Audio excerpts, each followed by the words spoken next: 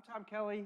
I'm the Executive Director and CEO of Automation Alley, and I'm pleased today to be joined by Michigan Governor and CEO, or former Michigan Governor, Rick Snyder, and CEO of cybersecurity firm SensCy, along with Dr. Guangzhi Qu, Professor of Computer Science and Engineering at Oakland University. So a little backstory for our audience. Both SensCy and Oakland University have partnered with Automation Alley to launch the Department of Energy-funded Cybersecurity Center at Oakland University, which aims to strengthen Michigan's cyber resilience. So thank you both for joining me today. Let's start with just a simple introduction, which is, Governor, what have you been doing with yourself? A lot of people in our audience are going to know who you are, but they may not know what you're up to these days. Why don't you spend a minute just telling us what you're doing? Well, thanks for asking, and thanks for doing this, Tom. It's great to be with Automation Alley and Oakland University. To put it in context, yeah, I'm CEO of SensCy, which is short for Sensible Cyber. The question is this is my 5th career. I'm 65 years old. What do you do with an old governor? Let's go do a startup. Sounds like the start of a joke. Yeah. But this is more than a company to me. It's a passion, cybersecurity. It is one of the great threats to our society and to our world today. And the people that are least prepared to defend themselves in terms are small and medium-sized organizations. They need help, and manufacturers need help. So I view this as a passion. So this is a company to really help make them safer in a smart way where they can have a trusted guide. So that lends perfectly to Dr. Qu. So you're at Oakland University. We were talking off camera before we started this moderated session. You have a lot of background in cybersecurity. You came from Arizona and worked with Department of Defense and Air Force and all these different entities. A lot of background. So now you're at Oakland University. We're working with you. Give us a little background on who you are, Dr. Qu. All right. I'm Guangzhi, professor in computer science at Oakland University. My research is about applied machine learning into different fields, including industry and cybersecurity. I'm honored to have this opportunity to work with Automation Alley and also SensCy on this very exciting project and to build cybersecurity center at Oakland University. Thank you, and thanks for being here. So let's get into it then. I know everyone's going to want to hear, like, what are you really here for? And what we're here for is to talk about the risks of cybersecurity. So how have you seen cybersecurity change over time? Because I know as a manufacturing owner, I'll go, Tom, they've been talking about that for 30 years, and guess what? Nothing's ever happened to me. I'm still here. I'll get to it when I get to it. So why did you get into cybersecurity, Rick? What changed? Yeah, so the interesting part, cybersecurity actually goes back to the 60s and 70s, 1960s and 70s. And it started with hacking long-distance phone calls. It was not computer stuff as much as just making free phone calls. Yeah. And then it went into, they used to be called, or they still are, denial of service attacks. It was social movements that would say they didn't like somebody, excuse me, so they would flood their website and bring them down. Yeah. Excuse me. Now it's gone off and become a commercial business, is the scary part today. So it's gone through all these cycles, but what really caused it to trigger in my mind as a criminal enterprise is Bitcoin. Because now there's a payment mechanism that's created that's relatively anonymous. And so it's become this major industry in countries where we can't get to the bad guys. So literally these places have HR departments, they're advertising benefits, they're all geared to taking advantage of either stealing data or collecting money through ransomware from good, hardworking people. So the world has changed, and it's become much more dangerous in a lot of ways to be there. So, and it's not going to get easier. Oh, exactly. It's only going to get harder, and we'll get to some of the remedies for that. But what are you seeing, Dr. Qu, out there that causes you concern? What big problems do we need to recognize and try to solve for our manufacturing community? Okay, this is a really very important question. Will be the motivation background for this research and why we are building this cybersecurity center at Oakland University. I can illustrate the cybersecurity issues in manufacturing system from 4 dimensions. The first dimension will be the manufacturing facilities. And as we know, even nowadays, many manufacturing facilities still using or running on the outdated equipment with legacy systems. If we cannot equip enough and by using the best security measures, and then the manufacturing or companies are vulnerable to cyber threats. And also, we know the pervasive use of the connected devices, also known as the industrial Internet of Things. If they are not properly secured, we will introduce new entry points for the cyber criminals. The second dimension will answer the question, right? Why there are a lot of cyber attacks targeting at the manufacturers. We know the manufacturer companies, they have a lot of data. When they operate, will produce full load of data, including not only the procedure of the manufacturing, but also a lot of design, formulas, and customer data, among other intellectual properties, which make the manufacturer very attractive targets for cyber criminals who are seeking to steal such data or disrupt the operation of the manufacturer systems. So based on that setup then, let me come back to you, Rick, and say, okay, so based on the risks as you guys both laid out, and I understand, we've heard these risks a lot. So what does it actually look like today to help a manufacturer in cybersecurity? How do we do that today? Yeah, well, the first thing is we need to do a cyber health assessment about their overall health. And there's multiple layers to this. It's about detection and prevention at the front end, but you also want to even assume something bad could happen. So what's your response and recovery plan? So you want to think about the whole stack of different issues and be prepared along the way in a layered defense approach to work through these issues. And the other part I remind people, and I appreciate you having the doctor here, technology is a huge piece, particularly antiquated technology and all the equipment, but about 80% of cyber attacks also involve humans. So we tell people one of the most critical things, particularly if you're a smaller manufacturer, is having an active cyber culture with all your employees. Because if your employees are not participating in this process, you can have the best tech tools in the world and you're at giant risk still.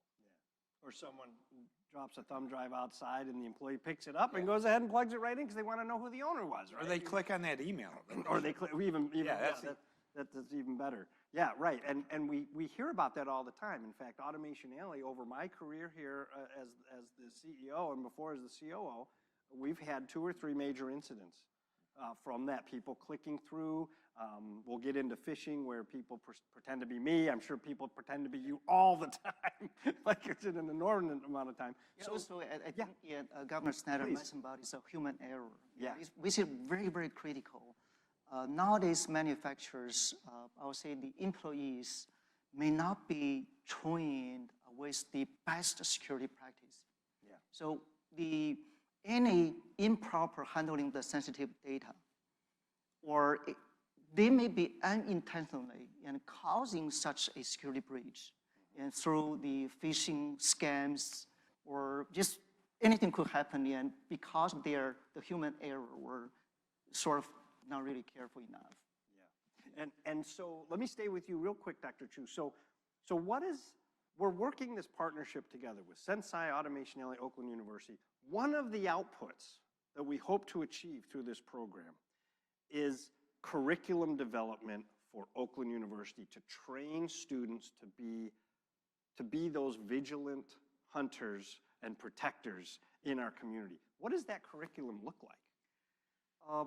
Okay, I think we are training the next generation cybersecurity experts. So nowadays we cannot really rely 100% on textbook and lectures. We hope to train the students with real world experiences, real cases. So we will create, or we are creating a cybersecurity center at Oakland University, and we call this a cyber range. The facility will be equipped with the most up-to-date tools and with the real-world scenarios. But as we know, we are trying to come up with a simulated scenario. So our students will be able to have real hands-on experience to practice their defense and offense techniques on the real simulated scenario without any risk of real damage. So in this way, our students will be able to test their knowledge with the real problems and with the capture flag computation to sharpen their skills in problem solving. The curriculum you mentioned is very critical.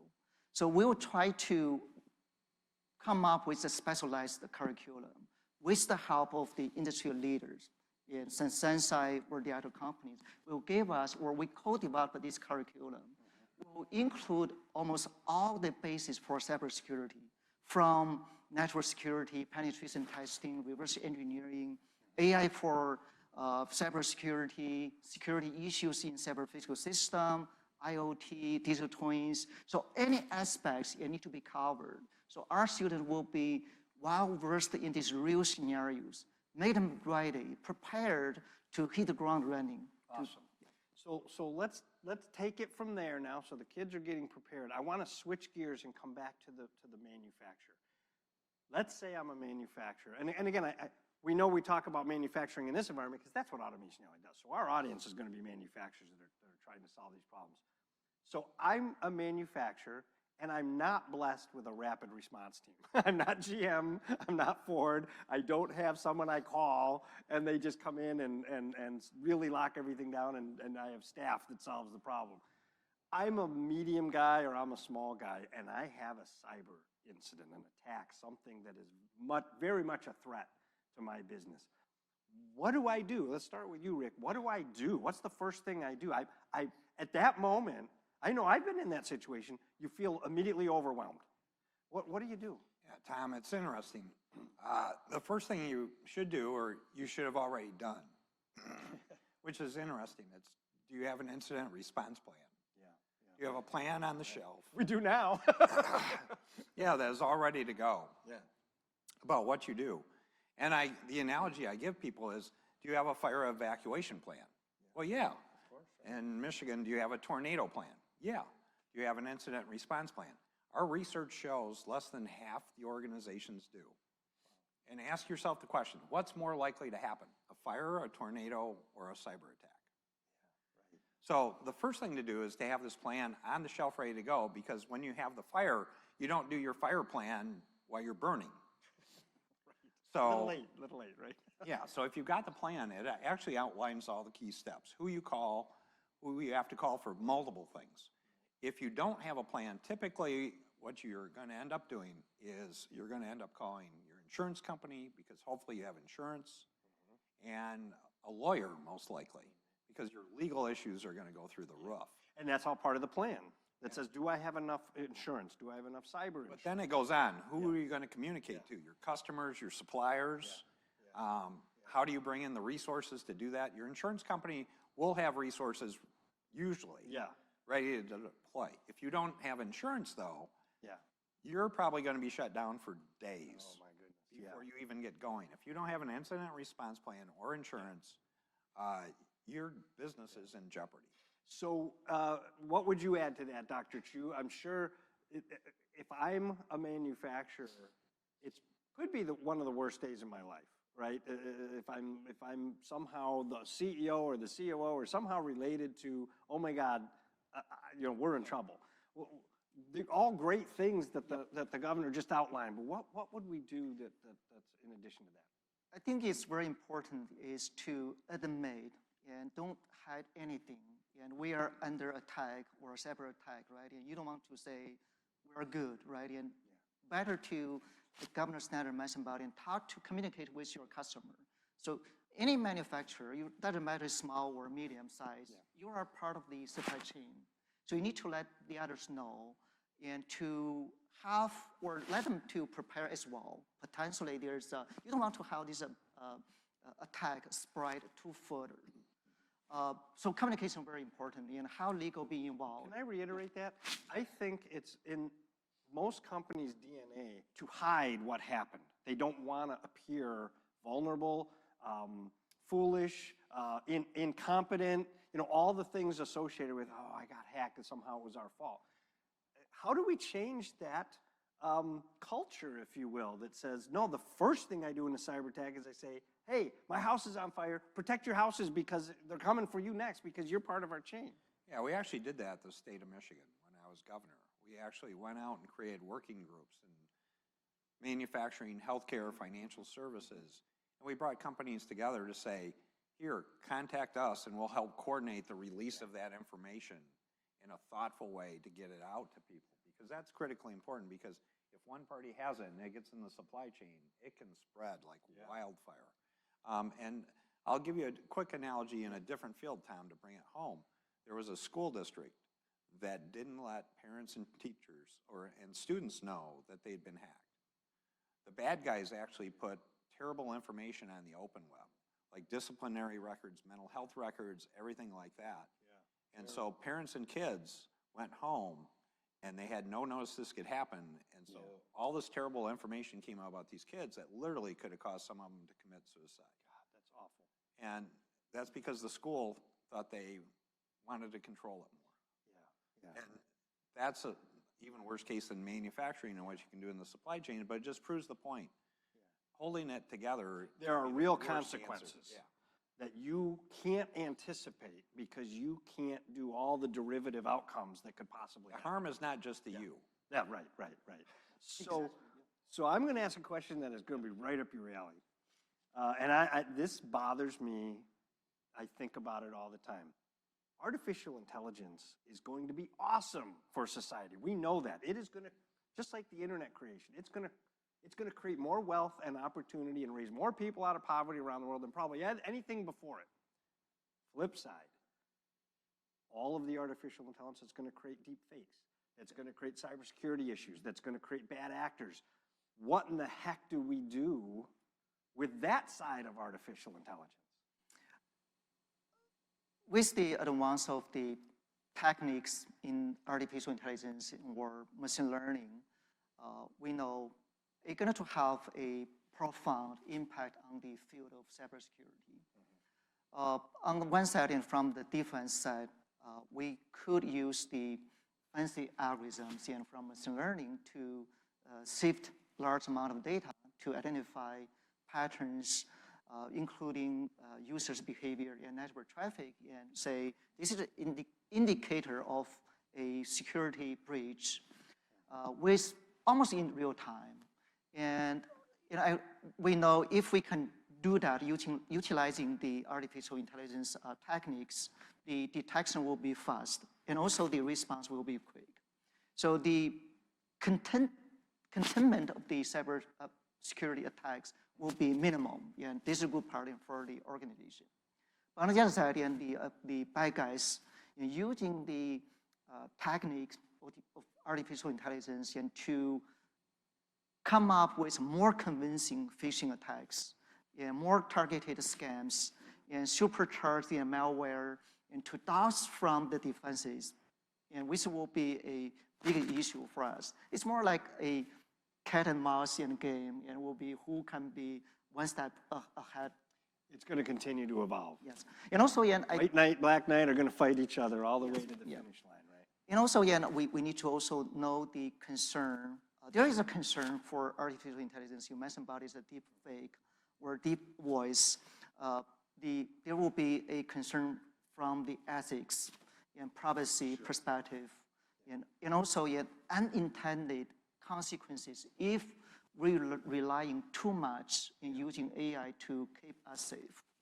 So let me ask last question, which is, so we've partnered together, SensCy, Automation Alley, Oakland University, through a Department of Energy funded grant to help protect manufacturing. One of the ways that we do that is we have a cyber score that is administered by SensCy, and we were able to receive a significant funding portion from that DOE to give these cyber scores for free to the community. This is a gift. The problem we're having is that the manufacturers say, I'm too busy, I don't want to know, I don't know if I want to know, I don't know, they make a million excuses on something that they should be lined up around the block to do, because it doesn't come along very often that you get something for free that could really change how you think about the business. So I want to ask you, Governor, tell us about, well, in this case, Rick. Rick, you're heading up SensCy. What is this cyber score, and why should we pay attention to it? Yes, we originally created this to help do a cyber health plan, but then we thought we could just get it out there to help people, and the partnership came. Yeah. Wonderful opportunity for us all to work together. And so the SensCy score is actually based on the federal government's best practice standards. Okay. So we didn't make up what we're trying to keep track of. We created an algorithm, a point system, to sort of weight those things to give you an overall assessment of your cyber health. And I bet a lot of our members don't understand, or our manufacturers don't understand. The federal government has done a lot of work to say what are the best practices. And so these you've are incorporated those. These are the National Institute of Standards and Technology best practices. Awesome. And we keep that up to date. And we did point system, and we do it like your credit score. So we want to make it so everybody can relate to it. Just so if you get a credit score of 800, you know your credit's golden.